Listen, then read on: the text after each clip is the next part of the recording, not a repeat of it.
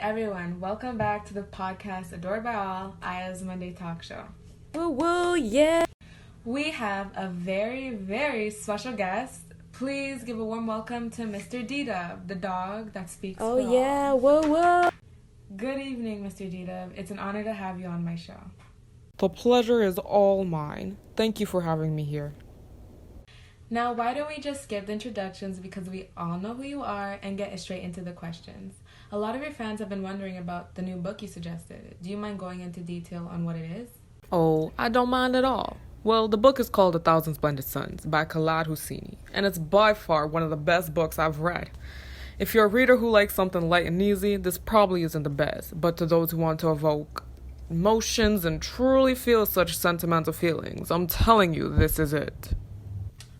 Okay. So for the viewers who don't know much about the book, what would you say would be the overall topic or the conflict within the story? Personally, for me, I was able to catch various events where the parents in the story are faced with multiple conflicts, whether it was with themselves, the society, or with the person. By having these certain conflicts, the children were greatly impacted by their parents' own decisions. Oh, that is a very interesting perspective on the book. Would you mind elaborating on it? Well, in the very beginning of the story, Miriam, one of the kids at the time, is impacted by her parents, Nana and Jihad's own insecurities. Thus, you would be able to see that in the novel, her parents' conflict is person versus self. How were you able to understand this or comprehend this, Mr. D-Dub? Nana, in particularly, had a lot of internal damage, attachment issues, and low self-esteem. She shows this specifically when she commits suicide. Oh, wow. Yes, it was pretty sad because Miriam went on to say she shouldn't have left her mother alone to go see her father. But Miriam saying this, you can see how deeply wounded she is from the loss of her mother and feels the need to take responsibility over her death. That's how impactful her mother was.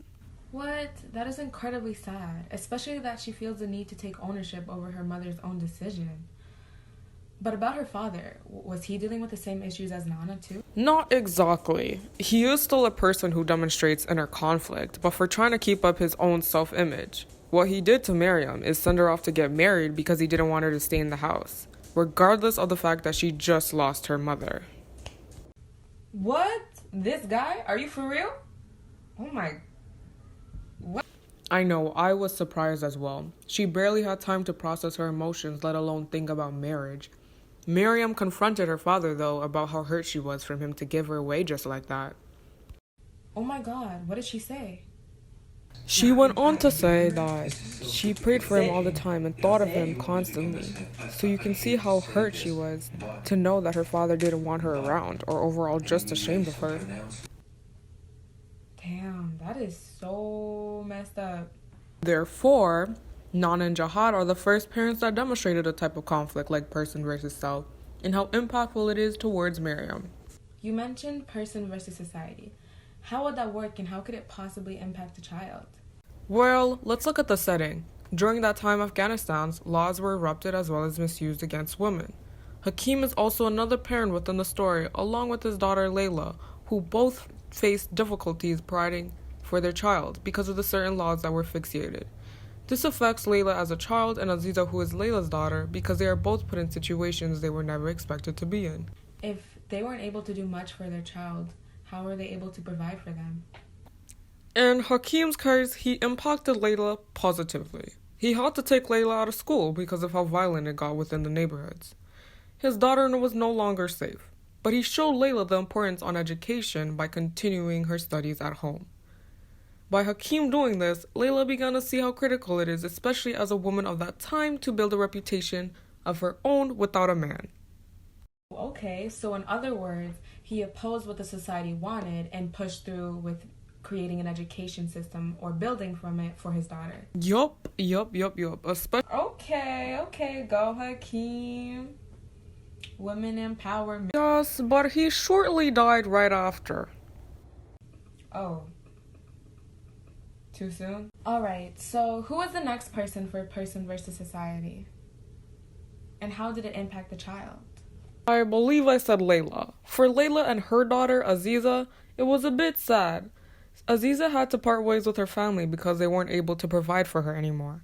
Layla tried her best to see Aziza at the orphanage, but because of the restrictions on how women aren't allowed to leave the house, she couldn't do much. I'm sorry, what? You couldn't do what without a man? Walk outside?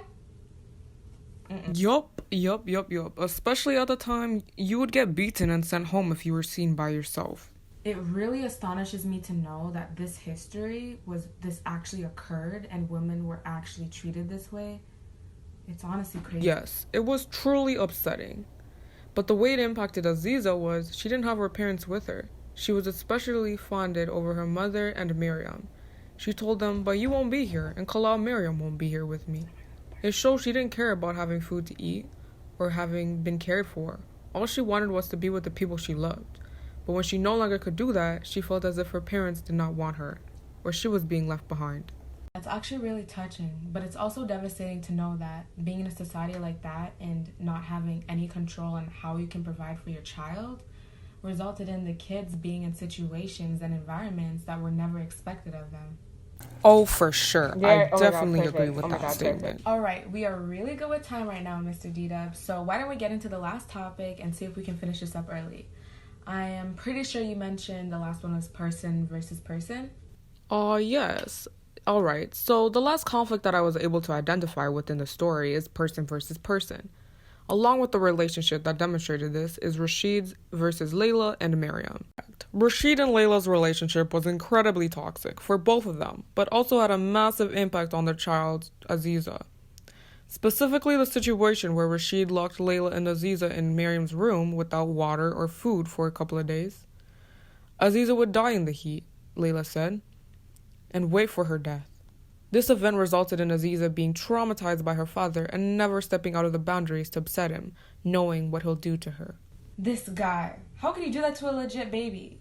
He's unforgivable, even though he's a fictional character. I know. While I was reading the book, I was low-key gonna punch my book. Now, for the last child who was impacted by his parents would be Zalmil.